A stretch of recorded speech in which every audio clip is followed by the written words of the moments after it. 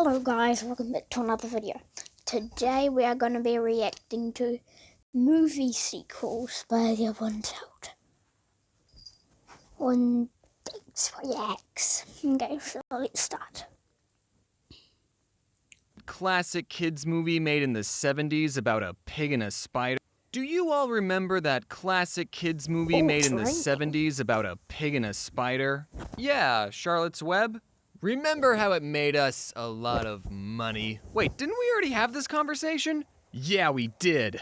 But we're remaking this conversation with better graphics and Will Smith. But why would we remake something that's already good on its own when we could be making something totally original? Because, Ethan, we don't want to take risks, and this'll make us more money. But won't it be obvious to the audience that we're only doing these remakes for the money? Yeah, they'll true. watch it anyways. I don't want you to think that I think that all sequels and remakes are bad. One of my favorite movies is a spin-off, and I'm very excited for the remake of The Dark Crystal to come out. And if you think I'm going to make a video talking about it when it comes out, you are absolutely correct. So Disney is remaking a bunch of classical movies into live action. They did it with Tarzan, Alice in Wonderland, and they did it with 101 Dalmatians twice. And as someone who enjoys cartoons a little too much, I think it would be cool if they remade Treasure Planet or Atlantis into live action. Both of those movies are underrated and have a lot of high-stake, action-packed adventure that would be perfect for a reboot. And if they did get a reboot, it would introduce a new generation of kids to these awesome movies. But that's just my opinion. I'm sure Disney has good reasons for making sequels and spin-offs. Speaking of Disney sequels, I bet some of you forgot the very old straight-to-VHS Disney sequels. I try to forget about them every day. You can have your own opinion on the Disney sequels, but all the ones that went straight to VHS are terrible. Even The Lion King 2? That one emo lion was kinda hot. Did I stutter? I know all those sequels were technically done by a different studio, but let's just hope that Disney will finally break the bad sequel streak with Frozen 2. Or they should just let it go straight to VHS. Some franchises like Harry Potter or Lord of the Rings have long overarching stories that are designed to have multiple installments, and as long as the studio doesn't stretch out one book into three movies, then those types of movies are absolutely fine. But I don't want to talk about those movies. I want to talk about sequels to standalone films. Now, I believe that a sequel to a standalone film can be done, but it's a delicate process. Because in the first movie, you establish the characters and the world they live in, then the protagonist has to overcome a problem, usually defeating a villain, and then the characters live happily ever after, and the story is all wrapped up nicely with a bow, and just, what a nice story we got there. I'm just gonna set it down and watch it from time to time and not change it one bit. But then a sequel comes along and says, oh, you thought the characters lived happily ever after? And then rips off the nice bow and says there's another more evil villain who wasn't mentioned in the first movie for some reason. If a sequel turns out bad, it can devalue the original movie. There's a reason we don't talk about Atlantis 2 or Pocahontas 2. Or Mulan 2 or Hunchback 2 or Aladdin 2 or Cinderella 2 or Beauty and the Beast 2 or Tarzan 2. Because they didn't happen. So that's why I'm always impressed whenever a good sequel is made. And a studio that I think does an amazing job at making sequels is called DreamWorks. But I've noticed a pattern with DreamWorks franchises that I've coined the DreamWorks trequel paradox. I think the right word might be trilogy, but I'm just gonna say trequel. You see, DreamWorks has a track record of creating amazing sequels, but pretty subpar trequels. Here's what I mean. Now, keep in mind that these are not my opinion. These reviews are objectively correct facts. And also, I just want to say I know that these movies are kids' movies, but I like animated movies more than real ones. And I'm a cartoon character, so Shrek 1, great movie, great characters, great message, 10 onion layers out of 10. Shrek 2, it's the first movie in history to be better than the original, and it created the best music video of all time. I need 11 heroes out of 10. Shrek 3, not in my swamp. Okay, I know we might not all agree, but here's another example. Kung Fu Panda 1, perfect movie. Any movie with anthropomorphic animals is always a win in my book. I think we have a best-selling franchise on our Panda Paws. Kung Fu Panda 2, just as good as the original. How many sequels have an animated bird as a villain?